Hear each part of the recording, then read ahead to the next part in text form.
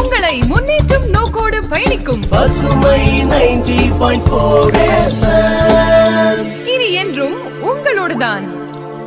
இந்திய விடுதலை நாள் அமுதப் பெருவிழா, இந்திய அரசின் விஞ்ஞான் பிரசார் அறிவியல் பலகை, தமிழ்நாடு அரசின் அறிவியல் தொழில்நுட்ப மையம், பசுமை 90.4 இணைந்து வழங்கும் சிறப்பு தொடர் நிகழ்ச்சி அறிவியலோடு விளையாடு.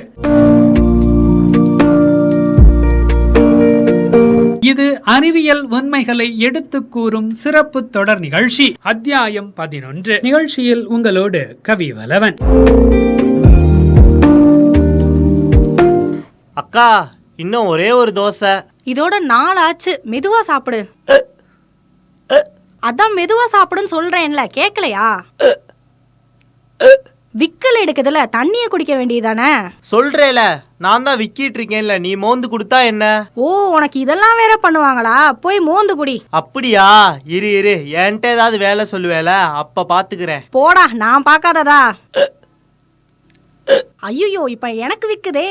நமக்கு தண்ணி வேணுமே, சொன்னா திட்டுவானோ? சரி, கேப்போம். தம்பி, அந்த தண்ணி கொஞ்சம் எடுத்து கூடப்பா. என்னது? சரியா கேக்கல. இல்ல, அந்த தண்ணி கொஞ்சம். நீயே போய் மோந்து குடிச்சுக்கோ. தண்ணி குடிக்கிறதுல இவ்ளோ பஞ்சாயத்தா? இதை விட பெருசா எல்லாம் இருக்கு. அதெல்லாம் கேட்டா நீங்க என்ன ஆவீங்க? அதுவா? என்ன? ஃபர்ஸ்ட் நம்ம குடிக்கிற தண்ணி சுத்தமா இருக்கான்னு பாக்கணும். அது பாதுகாப்பானதான்னு பார்க்கணும். மாசுபாடோட வர்றதுனால எவ்வளோ ப்ராப்ளம் வருதுன்னு தெரியுமா? டிடிஎஸ் அளவீடுன்னு ஏதோ சொல்றாங்க. அதுல இருக்கக்கூடிய மினரல்ஸோட அளவு மாறுச்சுன்னா அதுல ஏதோ பிரச்சனை வருதுன்னு சொல்றாங்க. இந்த கழிவுகளை அப்புறப்படுத்துறதே பெரிய காரியம்.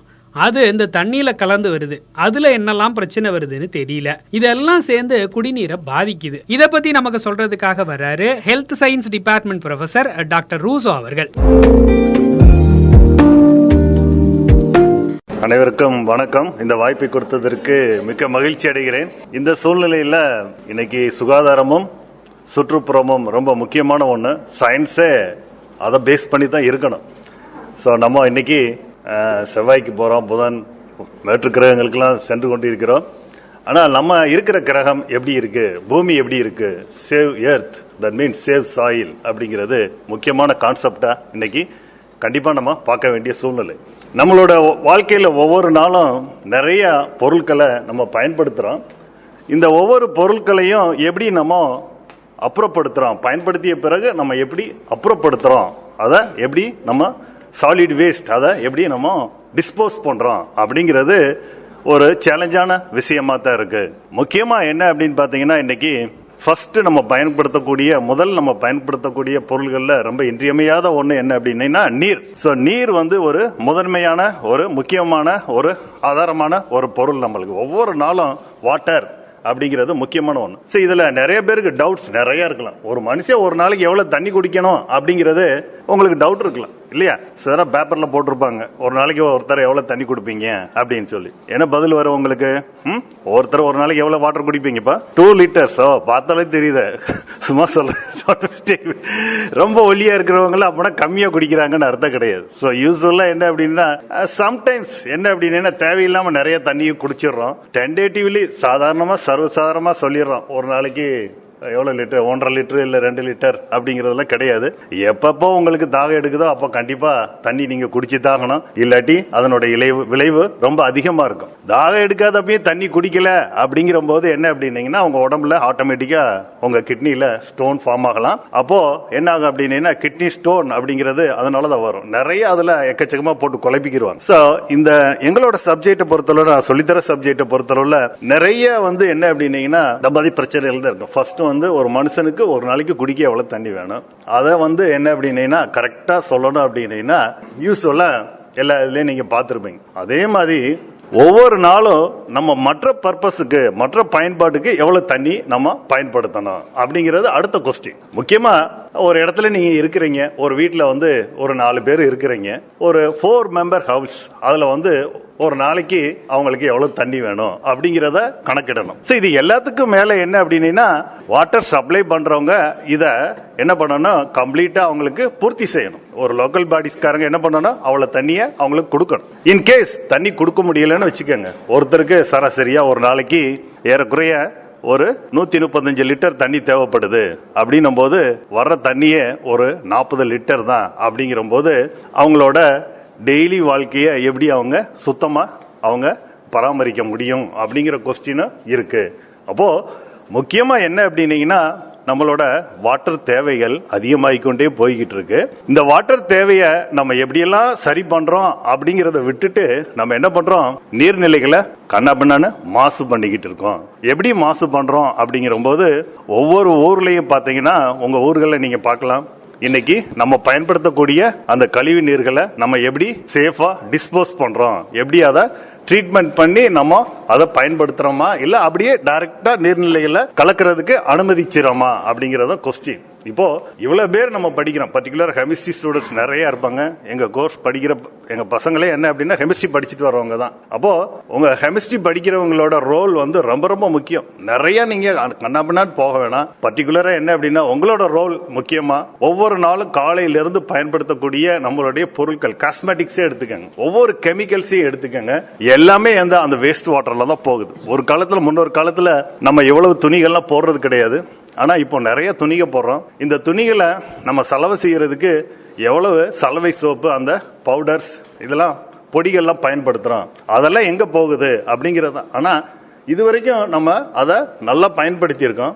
ஆனா அதுல இருந்து பிரிச்சு எடுக்கிறதுக்கு எந்த முயற்சியும் நம்ம படிக்கிற சப்ஜெக்ட்லயும் சரி சிலபஸ்லயும் சரி எதுவுமே இருக்கிறது கிடையாது. சரி, இது ஒரு பக்கம் இருக்கு அப்படிங்கிறது நம்ம கவனத்தில் கொள்ள வேண்டும். அப்போ முக்கியமா இன்னைக்கு என்ன அப்படின்னீங்கன்னா நீர் சுத்திகரிப்பு, அதாவது பர்டிகுலரா வேஸ்ட் வாட்டர் டிஸ்போசல், அதாவது சீவேஜ் ட்ரீட்மெண்ட் பிளான்ஸ் அப்படிங்கிறது இன்னும் அப்கிரேட் பண்ணணும். there is no appropriate methods so far we are still using in our இந்த நம்ம ஏரியாக்கள்ல நம்ம ஊர்களில் நம்ம அதை சரியா பயன்படுத்துறது கிடையாது. அதனால பாத்தீங்கன்னா நம்ம எல்லா நீர்நிலையும் மாசுபடுத்திக்கிட்டு தான் இருக்கிறோம். ஒண்ணு. ரெண்டாவது என்ன அப்படின்னு பாத்தீங்கன்னா குடிக்கிற நீர், அதுலயும் அளவு மட்டும் கிடையாது, குடிக்கிற நீரோட அளவு மட்டும் கிடையாது. நீங்க பாருங்க, நிறைய பேர் பாத்தீங்கன்னா சர்ஃபேஸ் வாட்டர் அப்படிங்கிறது என்ன அப்படின்னா பூமியில் மேற்பரப்பில் இருக்கக்கூடிய கிடைக்கக்கூடிய நீர்நிலைகளை சர்ஃபேஸ் வாட்டர் அப்படிங்கிறோம். அதுதான் அதை பம்ப் பண்ணி எல்லாருக்கும் ட்ரிங்கிங் வாட்டரை கொடுக்குறாங்க. மேக்சிமம் என்ன இருக்கும் அப்படின்னு பார்த்தீங்கன்னா அதில் கண்டிப்பாக என்ன இருக்கும் அப்படின்னா பயாலஜிக்கல் கண்டாமினேஷன் அதிகமாக இருக்கும். அதாவது நோய்களை பரப்பக்கூடிய கிருமிகள் அதிகமாக இருக்கும். அதனால அதுக்கு என்ன பண்ணுறோம், நம்ம நிறைய கெமிக்கல்ஸ், எதுக்கு யூஸ் பண்ணுறோம், கெமிக்கல்ஸ் டிஸ்இன்ஃபெக்ஷனாக யூஸ் பண்ணுறோம். அதாவது நுண்ணுயிர்களை கில் பண்ணுறதுக்கு, சாகடிக்கிறதுக்கு பயன்படுத்துகிறோம். அது ஒரு பக்கம். சரி, இப்போ அந்த வாட்டர் ரொம்ப ரொம்ப இருக்கு. பட் ஆனா நம்ம யூஸ் பண்ற அந்த கெமிக்கல்ஸோட அளவு கரெக்டா இருக்கணும். அப்கோர்ஸ் அது ஓரளவுக்கு பரவாயில்ல. இன்னொரு பக்கம் என்ன அப்படின்னீங்கன்னா கொஸ்டினே, என்னோட கேள்வியே என்ன அப்படின்னீங்கன்னா, அதாவது டோட்டல் டிசால்வ் சாலிட்ஸ் DDS அப்படின்வாங்க. ஸோ அதுல எவ்வளவு உப்புகள் கரைஞ்சிருக்கு, கெமிக்கல்ஸ் எவ்வளவு இருக்கு அப்படின்றது என்ன அப்படின்னீங்கன்னா, நீங்க கீழே பூமிக்கு அடியில் எடுக்கக்கூடிய தண்ணீரை எடுத்துக்கங்க. அதுல நிறைய பேர் சொல்லுவாங்க என்ன அப்படின்னீங்கன்னா யூஸ்வலா உப்பு தண்ணி தான் உடம்புக்கு சத்தானது அப்படின்வாங்க. நிறைய பேர் வாட்ஸ்அப்ல எல்லாம் பார்த்து லைட்லாம் போட்டு காமிப்பாங்க. அது எலக்ட்ரிக் கண்டக்டிவ்னால லைட் எரியுது.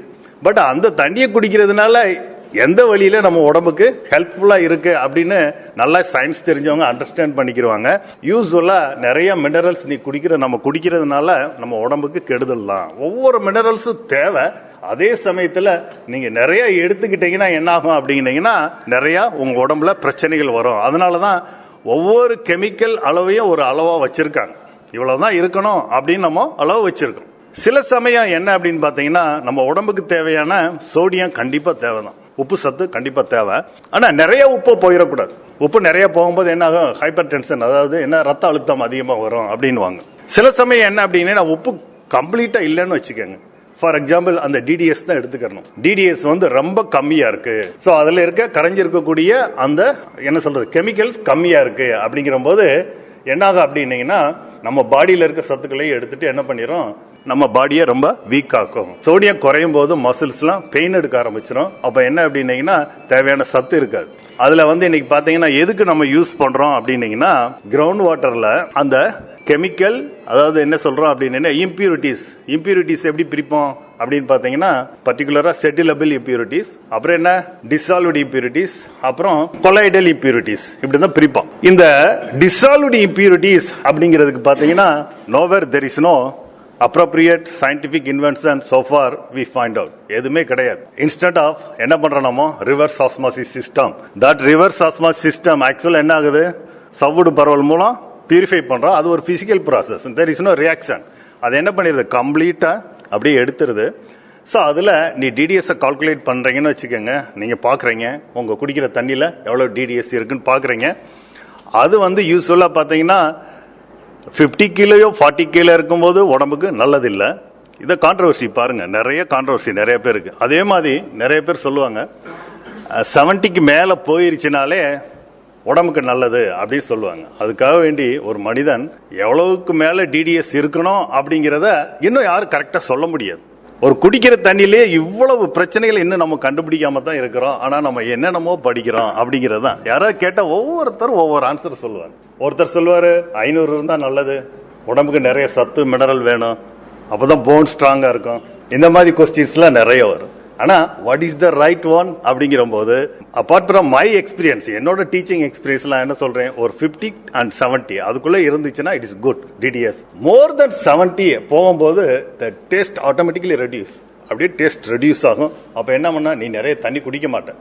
நிறைய டிடிஎஸ் இருக்கும்போது அதனோட டிசால்வ்டு கெப்பாசிட்டி குறையும், ஒழுங்கா கரைக்காது நியூட்ரிஷனை, உனக்கு தேவையான சத்து ஒரு ரத்தத்துல உடம்புக்கு போகாது. அப்படியே வடிவேல் தாரம் முழுங்கின மாதிரி வயிறுல அப்படியே ஒம்முனே இருக்கும் டிடிஎஸ் அதிகமாக போகும்போது. ஸோ பர்டிகுலராக வில்லேஜில் நிறைய கிரவுண்ட் வாட்டரில் இதைத்தான் மக்கள் குடிச்சிட்டு அவங்க கிட்னிலாம் நிறைய ஸ்டோன் ஃபார்ம் ஆகுது. ஸோ அப்போது இன்னும் சரியான குடிநீரை நம்ம வழங்கணும் அப்படிங்கிறது தான் முக்கியம். பர்டிகுலராக நம்ம படிக்கக்கூடிய நம்மளோட பங்கும் சரி, சொல்லித்தர எங்களோட பங்கும் சரி நிறைய இருக்கு. மக்களுக்கு சரியான குடிநீரை வழங்குறதுல நம்ம ரொம்ப கவனம் செலுத்தணும். இன்னும் பார்த்தீங்கன்னா அதுக்கு முதன்மையாக நம்ம ப்ரிஃபரன்ஸ் கொடுக்கணும். பர்டிகுலராக நிறைய இடங்களில் பார்த்தீங்கன்னா நிறைய ஏடிஎம்லாம் இருக்கு. ஸோ ஒரு கேரளாவில் பார்த்தீங்கன்னா ரீசெண்டாக ஒரு சில இடங்களில் நான் பார்த்துருக்கேன். பார்த்தீங்கன்னா வாட்டர் ஏடிஎம் கொடுத்துருக்கேன். அந்த வாட்டர் ஏடிஎம் என்ன அப்படின்னா சரியான தண்ணியை மக்களுக்கு கொடுக்குது ரொம்ப கம்மியான விலையில். ஸோ நெக்ஸ்ட் என்ன அப்படின்னு பார்த்தீங்கன்னா ஹியூமனோட எக்ஸ்கிரிட்டல் கழிவு அப்படிங்கிறது ஒரு சேலஞ்சான விஷயம், அது எல்லாருக்கும் தெரியும். ஸோ அதில் வந்து தெரியாமல் நம்ம எதில் அதை அப்படின்னா சரியான டாய்லெட்டை பயன்படுத்தணும். ஃபார் எக்ஸாம்பிள் விருதுநகர்ல யாராவது வந்திருந்தீங்கன்னா, ஒரு காலத்தில் விருதுநகரில் பார்த்தீங்கன்னா யூஸ்வலாக என்ன சொல்லுவாங்க, யூஸ் டாய்லெட்னு வாங்க. But use toilet not only provide என்ன அப்படின்னா பிரைவேசி, பாதுகாப்பு மட்டும் கிடையாது. அதே சமயத்தில் safe disposal of excretal matter it must be converted to manure. ஆனால் நம்ம என்ன பண்ணிடுறோம், அதை பூரா சீவேஜில் விட்டு கொண்டு போய் வாட்டர் பாடிஸில் கலக்க விட்டுறோம். பார்த்தீங்கன்னா தெருவில் சீவேஜில் பல வருஷமாக ஓடி ஒரு chemistry students do you know characteristics of HDS, ஹெச்டிஎஸோட கேரக்டரிஸ்டிக்ஸ் உங்களுக்கு என்ன தெரியும் அப்படிங்கிறத நீங்கள் படித்து பார்க்கணும், மிரண்டுருவீங்க. ஸோ தெருவில் எங்கே போனாலும் பார்த்தா மூக்க பிடிச்சிட்டே போகிறோம் சிட்டியில். சரி, இன்னும் கொஞ்ச நேரம் போனீங்கன்னா தட் ஏரியா ஃபுல்லி என்ன அப்படின்னா ஒரு டேஞ்சர் ஜோன் பார்த்துப்பாங்க, H2S இருக்கு அந்த பக்கம் போகாதீங்க அப்படின்னுவாங்க. ஏன்னா வெரி திக் கேஸ், அந்த இடத்துல அக்சலேட் ஆகிக்கிறோம்.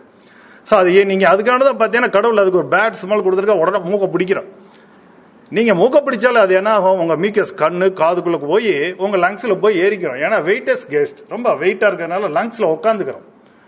ஆக்சிஜன் உங்களுக்கு கிடைக்காது, இமிடியேட்டா என்ன பண்ணுவீங்க, நம்ம ஃபேட்டிங். ஸோ அதனால பார்த்தீங்கன்னா இன்னும் கொஞ்சம் காலத்தில் பார்த்தீங்கன்னா நம்ம சிட்டி ஃபுல்லாக HDS ஆகிறதுக்கு சான்சஸ் இருக்கு. H2Sோட பண்புகளை பத்தி நமக்கு ரொம்ப விரிவா சொல்றதுக்காக வர்றாங்க அறிவியல் ஆசிரியை திருமதி சாந்தி அவர்கள். Hi everyone, I am Shanti from Sri Vasavi Matriculation Higher Secondary School, Dindikkal. நம்ம இன்னைக்கு ஹைட்ரஜன் சல்ஃபைடு அந்த கேஸோட பண்புகள் பற்றி பார்க்க போகிறோம் இந்த கிளாஸில். சரியா, உங்கள் எல்லாருக்கும் தெரிஞ்சிருக்கும் ஹைட்ரஜன் சல்ஃபைடு சிம்பிள் வந்து H2S. அதாவது 2 ஆட்டம் ஆஃப் ஹைட்ரஜனும் 1 ஆட்டம் ஆஃப் சல்ஃபரும் சேர்ந்தது தான் இந்த மாலிகுல் ஹைட்ரஜன் சல்ஃபைடு அப்படிங்கிற ஒரு வாயு. இதோட மூலக்கூறு பார்த்துட்டோம். சரியா, இப்போ இதோட பண்புகள் எப்படி அப்படின்னு சொல்லி பார்க்கலாம். ஒரு எலமெண்ட்டோட பண்புகள் அப்படின்னாவே நம்ம 2 வகையான பண்புகள் பார்ப்போம். ஒன்று வந்து இயற்பியல் பண்புகள், இன்னொன்று வேதியியல் பண்புகள். ஃபஸ்ட்டு இயற்பியல் பண்புகள். இந்த ஹைட்ரஜன் சல்ஃபைட் கேஸ் வந்து ஆக்சிஜனை விட, அதாவது அட்மாஸ்பரிக் ஏரை விட அடர்த்தி வந்து இதுக்கு கூடுதலாக இருக்குது. இது வந்து ஒரு நிறமற்ற வாயு. இது வந்து சாதாரண வெப்பநிலையில் வந்து ஒரு அழுகிய முட்டையோட வாடை வந்து அதுக்கு இருக்கும். இது நிறமற்றது ஆல்ரெடி பார்த்தாச்சு. இது வந்து நீரில் வந்து கொஞ்சமாக தான் கரையும், நீரில் சிறிதளவே கரையக்கூடியது இந்த வாயு. இதோட உருகு நிலை என்ன எவ்வளோ அப்படின்னு சொல்லி பார்த்தோன்னா -82 டிகிரி செல்சியஸ். இதோட கொதிநிலை வந்து -60 டிகிரி செல்சியஸ், -60 டிகிரி செல்சியஸ் அப்படின்னு இருக்குது. இப்போ இதோட வேதியியல் பண்புகள் பார்க்கலாம். ஹைட்ரஜன் சல்ஃபைடு வாயு வந்து வளிமண்டலத்தில் நீல நிற ஜுவாலையோட எரியுது. அதாவது ஆக்சிஜனோட சேர்ந்து நீல நிற ஜுவாலை அந்த கலரில் வந்து ஒரு ஃப்ளேம் உருவாகுது. இது வந்து அப்போ எரியும் போது இந்த வாயு ஆக்சிஜனோட சேர்ந்து எரியும் போது என்ன வெளியே வருது அப்படின்னா நீர், அதுக்கப்புறம் கந்தக டை ஆக்சைடு, இது ரெண்டையும் சேர்ந்து கொடுக்குது. கந்தக டை ஆக்சைடு அதோட சிம்பல் வந்து SO2. இது வந்து உயர் வெப்பநிலையிலையும் ஊக்கிகளின் விளைவாலும் ஹைட்ரஜன் சல்ஃபைடு கேஸ் வந்து என்னவா மாறுது அப்படின்னா கந்தகமாகவும் நீராகவும் இதை மாற்ற முடியும். இந்த முறையில் கந்தகம் நமக்கு கிடைக்குது இல்லையா, இந்த மாதிரி உற்பத்தி பண்ணுறப்ப அதை வந்து என்ன முறைன்னு சொல்லுவோம் அப்படின்னா க்ளோஸ் முறை அப்படின்னு சொல்லுவோம்.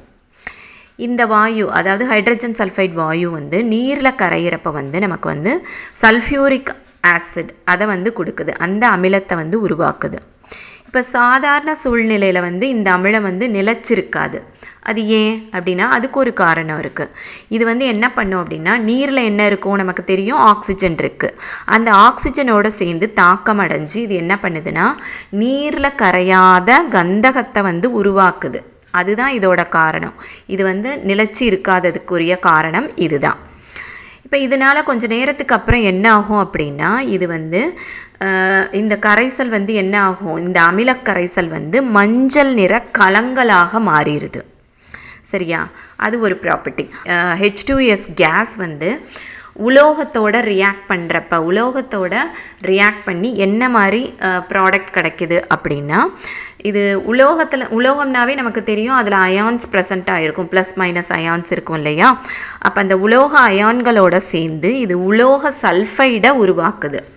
இப்போ ஃபார் எக்ஸாம்பிள் இப்போ லெட் எடுத்துக்கிறோம். லெட்டுன்னா தமிழில் வந்து ஈயம் சொல்லுவோம் இல்லையா, அந்த ஈயம்க்கு சிம்பல் வந்து PB. அந்த ஈயத்தோட சேர்றப்ப வந்து ஹைட்ரஜன் சல்ஃபைடு என்ன நமக்கு ப்ராடக்ட் தருது அப்படின்னா ஈய சல்ஃபைடை கொடுக்கிறது. EM2 சல்ஃபைடு, அதாவது ப்ராக்கெட்குள்ளார நம்ம 2 போடுவோம்ல, அது எவ்வளோ அயான்ஸ் வெளியேற்றுது அப்படின்றத பொறுத்து தான் அது. அப்போ லெட் 2 சல்ஃபைடை நமக்கு கொடுக்குது, EM2 சல்ஃபைடு கொடுக்கிறது. அதுக்கப்புறம் இன்னொரு ஒரு பண்பு என்ன அப்படின்னா ஹைட்ரஜன் சல்ஃபைடு எரிஞ்சால் அதில் வந்து அமிலமலைக்கு காரணமான அந்த கந்தக டை ஆக்சைடு இருக்கு இல்லையா, அதை வந்து இது கொடுக்குது வெளியே. இதுதான் இதோட பண்புகள், ஹைட்ரஜன் சல்ஃபைடோட பண்புகள். ஓகே, உங்கள் எல்லாருக்கும் இந்த ஹைட்ரஜன் சல்ஃபைடு அதாவது H2S கேஸோட பண்புகள் உங்களுக்கு புரிஞ்சிருக்கும்னு நினைக்கிறேன். தேங்க்யூ.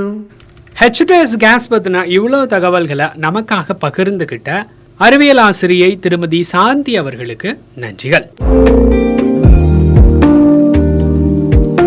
DDS தான் நம்ம கான்சென்ட்ரேஷன் பண்ணணும். ஸோ ரொம்ப DDS அதிகமாகவும் இருக்கக்கூடாது, கம்மியாகவும் இருக்கக்கூடாது. நீங்கள் குடிக்கிற தண்ணியில் DDS வந்து 50 to 70 இருக்கிற மாதிரி பார்த்துக்கிட்டீங்கன்னா ரொம்ப நல்லது. அதுக்காக வேண்டிய ரொம்ப DDS இருக்கிறது குடிச்சா உடம்புக்கு நல்லது அப்படிங்கிறத நான் என்னால் ஏற்றுக்கிற முடியாது. ஏன்னா நம்ம சாப்பிட்றதுலேயே நிறைய கலவைகள் இருக்கும், அது இருக்கும். இல்லை RO அதை நான் சொல்கிறேன்ல, நீங்கள் குடிக்கிற ROலையும் you check the DDS. Even before you install RO, first you check the DDS of that concerned water. அந்த வாட்டரை நீங்க டெஸ்ட் பண்ணுவீங்க, DDS எவ்வளவு இருக்குன்னு பாப்பீங்க. அது இல்லாம நீங்க அடாப்ட் பண்ற மெம்பரன் இருக்கு பாத்தீங்களா, மெம்பரனோட கெப்பாசிட்டி தெரியும், அதுல கொடுத்துருப்பான் ஸ்பெசிபிகேஷன்ல. அதுல வந்து அதுக்காக தான் கென்ஸ்டார்ல என்ன பண்றான், I am not publicity to Kenstar, அவன் மினரல் கண்ட்ரோல் அப்படின்னு ஒன்னு வச்சிருப்பான். அது மாதிரி மினரல் கண்ட்ரோல RO இருந்துச்சுன்னா இட் இஸ் குட். சரிங்களா, ரைட். ஸோ உணவு முறைகள் போது முதல்ல நம்ம பாதுகாப்பான உணவு நம்ம உட்கொள்றோமா அப்படிங்கிறது பார்க்கணும். ஸோ யூஸ்வலா என்ன அப்படின்னா என்னோட பதில் அப்படின்னா ஒவ்வொருத்தரும் நம்ம கவனம் செலுத்த வேண்டியது என்ன அப்படின்னா பேலன்ஸ் டயட். ஸோ பேலன்ஸ் டயட்னும் போது எல்லா சுவையும் எல்லா அதாவது என்ன சொல்றீங்கன்னா சத்துக்களும் சமமா இருந்து போகணும். ஆனா நம்ம என்ன பண்றோம், சில சத்துக்களை நம்ம எடுத்துக்கிறது இல்லை. ஃபார் எக்ஸாம்பிள் லைட்டா ஒருத்தர் தலை வலிக்குதுன்னா ஒரு விட்டமின் C கம்மியா இருக்குன்னு தான் அது இண்டிகேஷன். ஆக்சுவலா அந்த அளவுக்கு நீங்க அதை எடுக்கிறது கிடையாது. சில பேர் என்ன பண்றோம், நம்ம இன்னைக்கு ஜங்க் ஃபுட்னு பாத்தீங்கன்னா நிறைய NV ஐட்டங்களே நிறைய சாப்பிட்றோம். நிறைய பேர் பாத்தீங்கன்னா சொல்ல மாதிரி யங்ஸ்டர்ஸ் நிறைய என்ன லைக் பண்ணுவீங்க, சிக்கன், பரோட்டா, பிரியாணி, இதுதான் எங்க பார்த்தாலும் அதான் இருக்கு ஃபாஸ்ட் ஃபுட்ல. ஸோ அது வந்து not give any balance diet to individual person. So it is very important. So first என்ன அப்படின்னீங்கன்னா பேலன்ஸ் டயட் அப்படிங்கிறது ரொம்ப முக்கியம். எதுக்கு அப்படின்னா not only healthy body, so your thinking capacity, good thinking எங்க இருந்து வரும் அப்படின்னீங்கன்னா எந்த மாதிரி உணவுகளை நீங்க எடுத்துக்கிறீங்களோ அந்த திங்கிங் நல்ல திங்கிங் வரும். அப்ப சரியான உணவுகளை சரிவிகித உணவை சாப்பிடணும். Balance diet. பர்டிகுலரா நேச்சரை எக்ஸ்ப்ளோர் பண்றதையும் ரெடியூஸ் பண்ணணும். அதே மாதிரி நம்ம சிட்டியையும் மற்ற நம்ம இருக்க இடத்தையும் சுத்தமா வச்சுக்கிறதுக்கு நம்ம உதவி செய்யணும். எனக்கு இந்த வாய்ப்பை கொடுத்ததற்கு பசுமை எஃப்எம்முக்கும் தேங்க்யூ. பேராசிரியர் ரூசோ அவர்களுக்கு நன்றி. எல்லாம் எனக்கு தண்ணி பட்ட பாடுன்னு நினைச்சேன், ஆனா தண்ணிலேயே இவ்வளோ இருக்கு பாரேன். இதுல என்ன ஆச்சரியம்? சார் சொன்னதை கவனிச்சியா? அதுல இன்னும் ரிசர்ச் போயிட்டு தான் இருக்கு. இன்னும் நம்மளுக்கு ஒரு தெளிவான முடிவே கிடைக்கல. அப்படிதான் போல. நான் கூட இவ்வளோ நாளா 2 லிட்டர் தண்ணி குடிச்சே ஆகணும்னு குடிச்சுக்கிட்டு இருக்கேன். ஆமா, உன்னே மாதிரி தான் ஒருத்தவர் உலக சாதனை பண்றேன்னு நிறைய தண்ணி குடிச்சு செத்தே போயிட்டாரு. எனக்கு நீ சொன்னோடனே அதுதான் ஞாபகம் வந்துச்சு. ஐயோ, இது வேறயா? ஆமா, தண்ணி குடிக்கிறதுல அளவீடே கிடையாது. இவ்வளவுதான் குடிக்கணும், டெய்லி 2 லிட்டர் 3 லிட்டர் அப்படிலாம் கிடையாது. உனக்கு எப்ப தாகம் எடுக்குதோ அப்ப தண்ணி குடிச்சாலே போதும். உடலுக்கு தேவையான எல்லா ஆரோக்கியமும் ரொம்ப சூப்பரா கிடைக்கும். மழைக்காலம் வேற வந்துருச்சு. தண்ணில இருந்து நிறைய நோய் வேற வரும். பாதுகாப்பான தண்ணீர், காய்ச்சின தண்ணீரை தான் கண்டிப்பா குடிக்கணும். ஆமா, பாதுகாப்பான தண்ணீர் பத்தி எல்லாம் பேசுறியே, இப்ப எனக்கு என்ன தண்ணீர் கொடுத்த? என்ன தண்ணியா? உனக்கு பச்சை தண்ணி இல்ல, சிவப்பு தண்ணியே கொடுத்திருக்கேன். என்னது சிகப்பு தண்ணியா? ஓ, வாட்டர்மெலன் ஜூஸா? நல்லாதான் இருக்கும் போல. இந்த ஜூஸ் மாதிரி இன்னைக்கு நம்ம நிறைய நல்ல தகவலை தெரிஞ்சுக்கிட்டோம். அதாவது பாத்தீங்கன்னா ஆர்ஓ பத்தி சொன்னாரு, H2S பத்தி சொன்னாரு. இன்னைக்கு சொன்ன தகவல்லாம் கண்டிப்பா ரொம்பவே நல்லாதான் இருந்தது. எப்படியோ உங்களுக்குள்ள சண்டையை தீர்த்து தண்ணியை கொடுக்க வச்சாச்சு. அதே மாதிரி கேட்டுட்டு இருக்க நேயர்களுக்காகவும் நிறைய தகவல்களை பகிர்ந்துருக்கிறோம். இந்த மழைக்காலம் வரக்கூடிய இந்த நேரத்துல தண்ணீரால நிறைய நோய்கள் வரும். இந்த நேரத்துல இந்த நிகழ்ச்சியை கேட்டுட்டு சில நல்ல விஷயங்களை தெரிஞ்சுக்கணும் அப்படிங்கிறது முக்கியம்தான். குளோரினால சுத்தப்படுத்தி இருக்கக்கூடிய தண்ணீரை நம்ம பயன்படுத்துறோம். அதுதான் நமக்கு வழங்கப்படுது. அதை நீங்க முறையா குடிங்க. மினரல் வாட்டர் குடிக்கிறீங்க அப்படின்னா அதுல இருக்கக்கூடிய மினரல்ஸ் கண்டென்ட் எவ்வளவு இருக்கு, டிடிஎஸ் அளவீடு எவ்வளவு இருக்கு, அதெல்லாம் நீங்க ஒரு தடவை செக் பண்ணிட்டு நீங்க குடிங்க. தண்ணீர் குடிக்கும் போது இவ்வளவுதான் குடிக்கணும்னு எந்த அளவீடுகளும் கிடையாது. உங்களுக்கு தேவைப்படும் போது நிச்சயமா தண்ணீரை குடிங்க. அதுக்காக இப்படி சொல்லிட்டாங்க அப்படின்னு சொல்லிட்டு தண்ணீரை குடிக்காம இருக்காதீங்க. அது கல்லடைப்பு மாதிரியான சில நோய்களுக்கும் வித்துடும். அதையும் சார் நிறையவே சொல்லியிருக்காரு.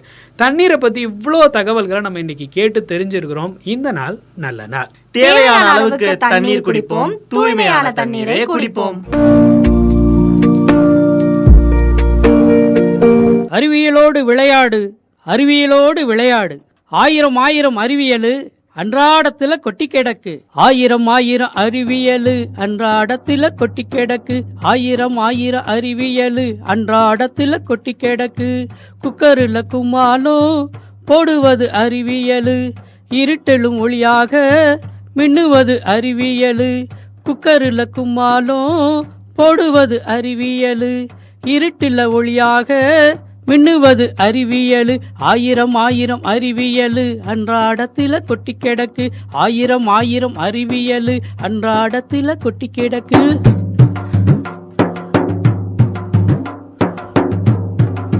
அணுவ பிளந்துதான் ஆராய்ச்சி செய்திடுவோம், அண்டம் முழுவதுமே அளந்து மகிழ்ந்திடுவோம். அணுவ பிளந்துதான் ஆராய்ச்சி செய்திடுவோம், அண்டம் முழுவதுமே அளந்து மகிழ்ந்திடுவோம். கணினியில் கல்வியுமே கற்றுத்தரும் அறிவியலே, கைபேசி முகநூலில் கருத்தாக்கம் அறிவியலே. கணினியில் கல்வியுமே கற்றுத்தரும் அறிவியலே, கைபேசி முகநூலில் கருத்தாக்கம் அறிவியலே. 1000 அறிவியலு அன்றாடத்துல கொட்டி கிடக்கு. 1000 அறிவியலு அன்றாடத்துல கொட்டி கிடக்கு.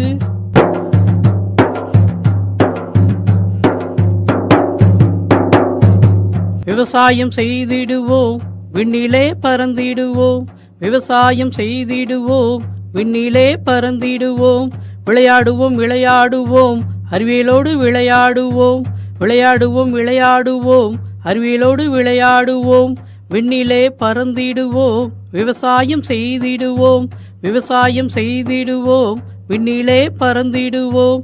விளையாடுவோம் விளையாடுவோம், அறிவியலோடு விளையாடுவோம். 1000 அறிவியலு அன்றாடத்துல கொட்டி கிடக்கு. 1000 அறிவியலு அன்றாடத்துல கொட்டி கிடக்கு. அன்றாடத்துல கொட்டி கிடக்கு. அன்றாடத்துல கொட்டி கிடக்கு. அறிவியலோடு விளையாடு, அறிவியலோடு விளையாடு.